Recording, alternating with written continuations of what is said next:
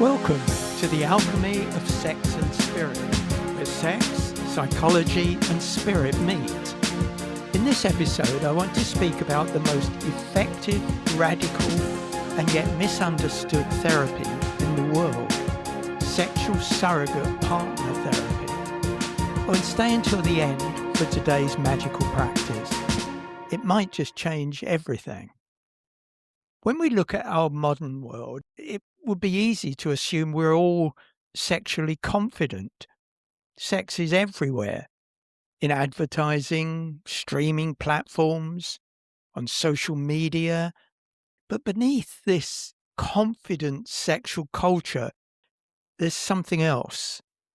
Lurking beneath the veneer, there's widespread and deep sexual insecurity, from which millions of people suffer.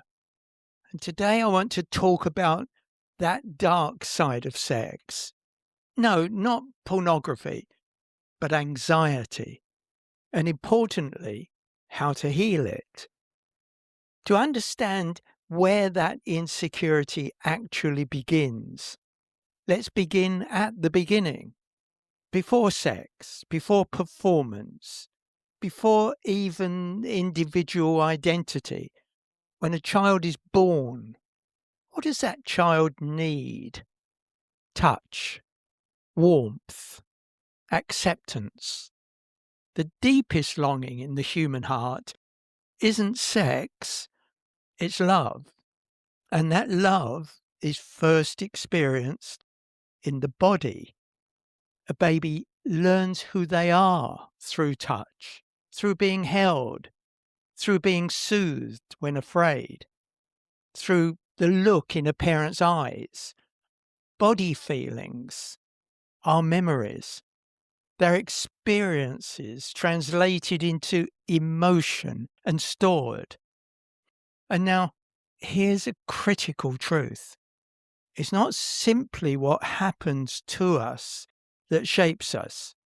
It's how we judged what happened. Was I loved when I was frightened?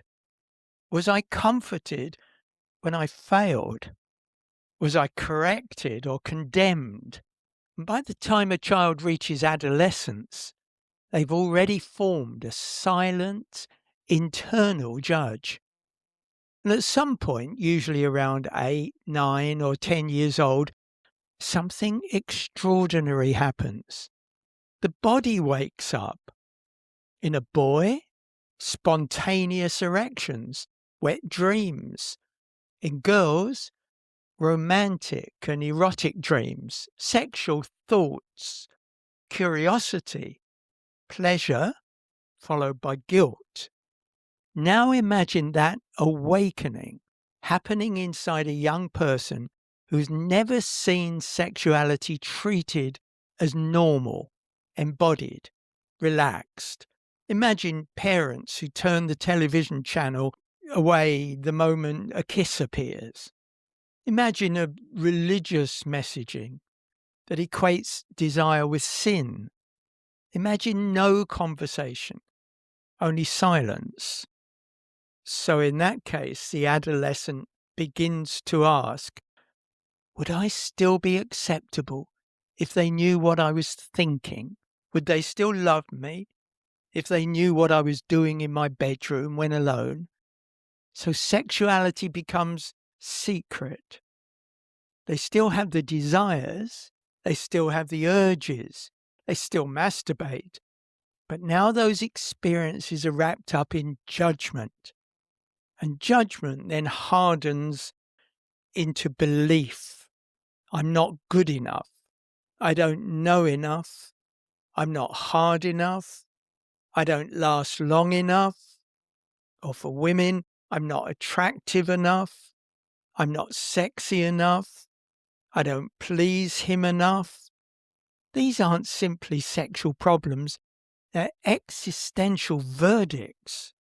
And they're formed long before the first adult relationship begins. Now take that adolescent grown into adulthood, into their first intimate encounter. They've rarely, if ever, seen a naked body in real life. They've learned about sex from school friends or pornography, and they're terrified of being judged. What happens? The nervous system goes into overload. The penis is a very disobedient member when the brain is panicking. Erection disappears, premature ejaculation, arousal turns into paralysis, while a young person who grows up in a relaxed environment might laugh, feel embarrassed, and try again. The one who grew up in sexual isolation, they sentence themselves.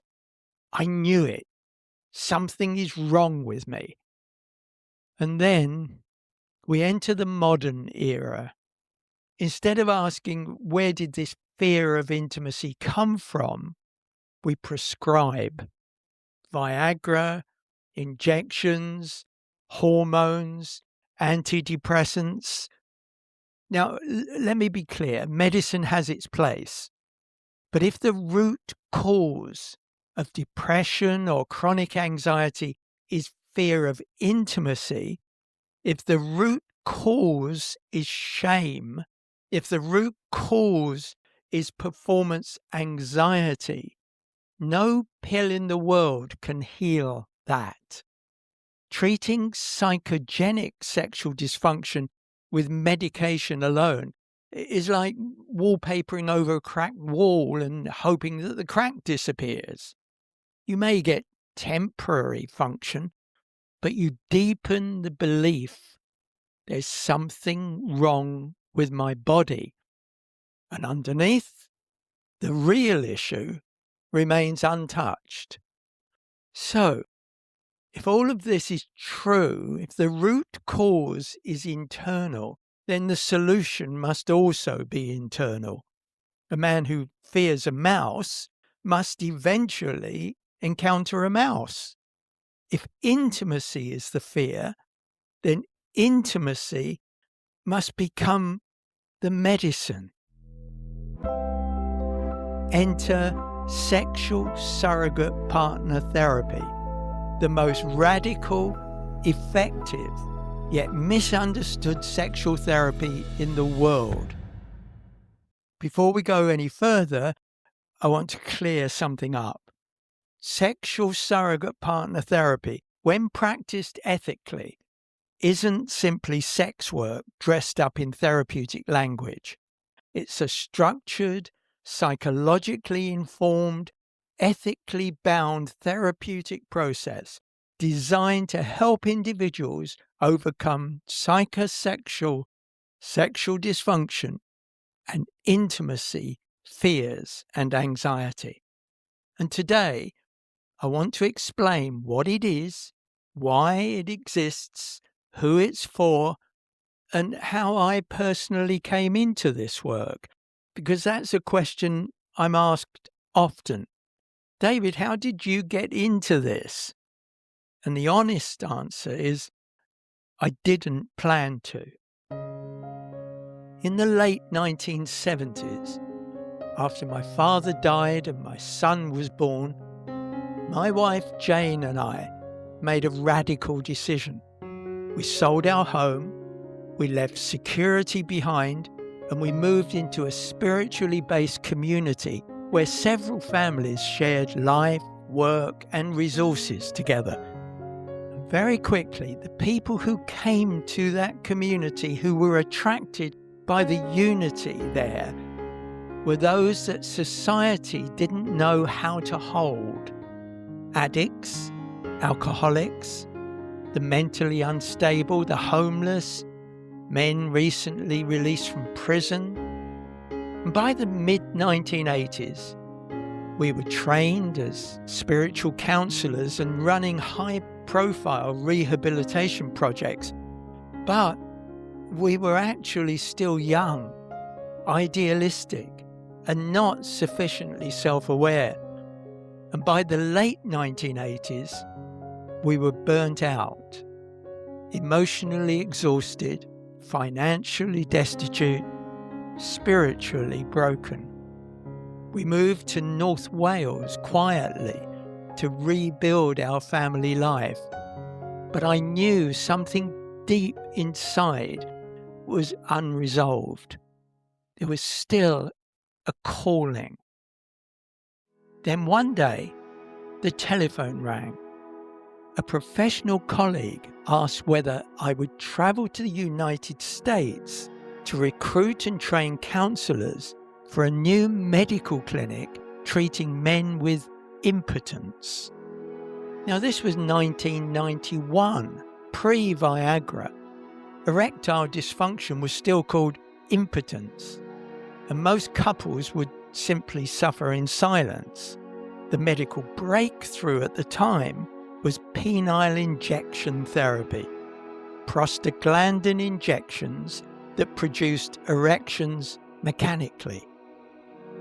My 6-week trip to the States turned into almost 3 years, and it was there that everything changed.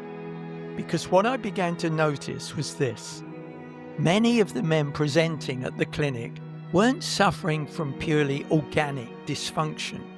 Their erections were failing because their confidence had failed. Their bodies were responding to anxiety, shame, fear of humiliation, religious conditioning, or relational trauma. They'd tried talk therapy, psychosexual counseling, willpower, but they were trapped in a catch-22. Fear of intimacy can only be resolved by being intimate. Yet their fear was what prevented them from being intimate. And then something began happening. People would phone the clinic and ask, "Do you use surrogates?" At first, I dismissed the question, but it kept coming. So I researched. I studied the early pioneers, William Masters and Virginia Johnson, who had documented the structured use of surrogate partners in clinical sex therapy decades earlier. I read the work of Martin Cole here in Great Britain, and I gradually realized something profound. There are forms of sexual anxiety that can't be healed through conversation alone. Some healing requires embodied experience. Sexual surrogate partner therapy is a 3-way therapeutic model, and it involves the client, a surrogate partner, and a supervising therapist. It's structured, boundaried, time-limited, and oriented around a presenting problem or dysfunction. The focus isn't on sexual performance, it's on body awareness, safe touch, intimate communication, and gradual exposure to physical intimacy, and ultimately to sex. It often begins with simple exercises: eye contact, conscious breathing, non-sexual but intimate touch. Gradually, as anxiety reduces, intimacy progresses, but in carefully structured stages. For some clients, this includes nudity. For some, sexual touch. For some, intercourse, but always within a therapeutic container. When Jane and I returned to the UK in the early 1990s, we began piloting our own structured sexual healing program, and I watched something extraordinary. Men who had lived in shame for years began to relax in their bodies. Clients who had never felt safe being touched experienced calm, attuned contact for the first time. Single men who had avoided relationships entirely began to believe they were capable of intimacy. This wasn't about mechanics. It was about dignity. It was about inward confidence and sensual awareness. And then one day, riding the escalator in the London Underground, in the middle of the rush and noise, everything went silent inside me. And the name came, ICASA. ICASA, inward confidence and sensual awareness. And in that moment, the School of ICASA was born. In the mid-1990s, we endured media attacks. The headlines and the accusations were cruel, sensationalized. But after a period of dark introspection, we felt ourselves strengthened. We improved our infrastructure, we tightened protocols, and the work matured. This work isn't for the many. It's not casual. It's not recreational. It's for individuals who've tried everything else and nothing has worked. For many, we're the last chance saloon, a last resort. Sexual surrogate partner therapy isn't for those seeking entertainment, looking for casual sexual experience, or those who aren't willing to engage in therapeutic self-reflection. This is healing work, and healing requires responsibility. At its core, this work rests on a simple truth. The body learns safety through direct experience. You can't think your way out of embodied anxiety. You must experience a different outcome. Then the nervous system rewires. New pathways in the brain open. He or she realizes that when anxiety raises its head, they can run towards intimacy, not away from it. That's when real confidence in life is restored. I've watched many full-grown men cry through this work because for the first time in their lives, they felt safe being seen. And that's why I continue, because for certain individuals, there is simply no other path that reaches deeply enough. Sexual surrogate partner therapy isn't for everyone, but for the right person, at the right time, within the right structure, it's completely transformational.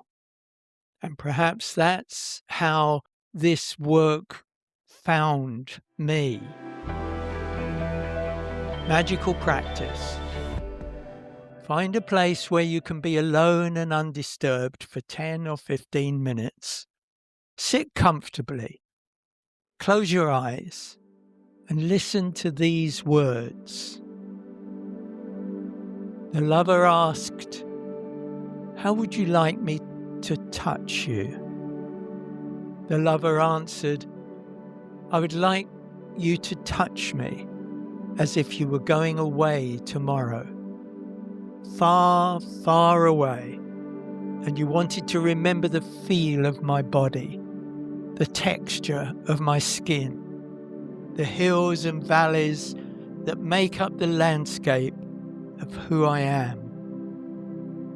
I would like you to touch me as if you were blind, knowing that you love me, but unable to see me. Touch my face, my breasts, my belly, my toes. Learn what I look like. Imagine me in your mind as your hands explore my shape.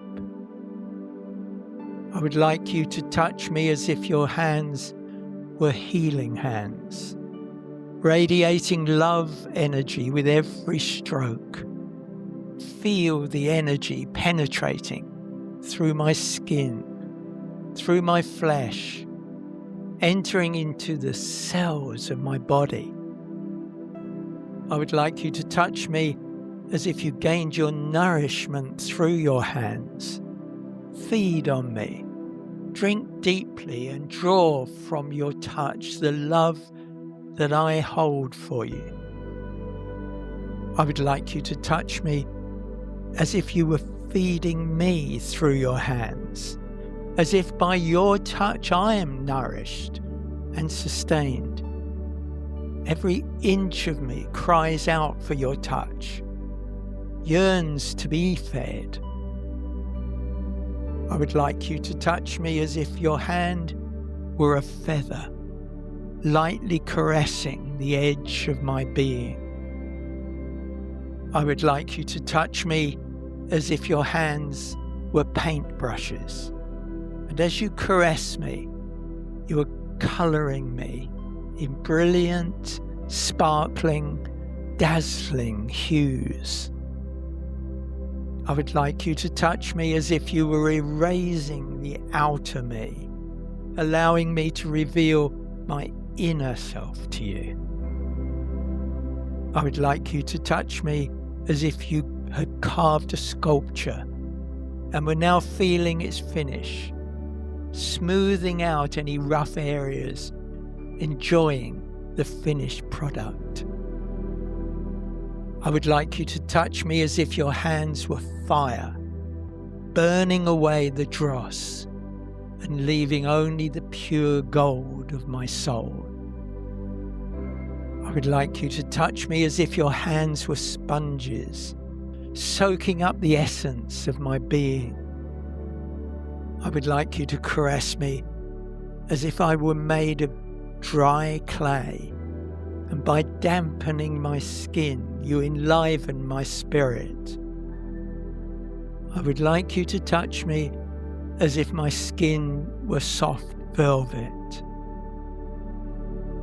I would like you to touch me as if you were a musician, and your touch brought forth different sounds from different parts of me. I would like you to touch me as if I were a rare jewel, precious and valuable. I would like you to touch me as if I were your lover.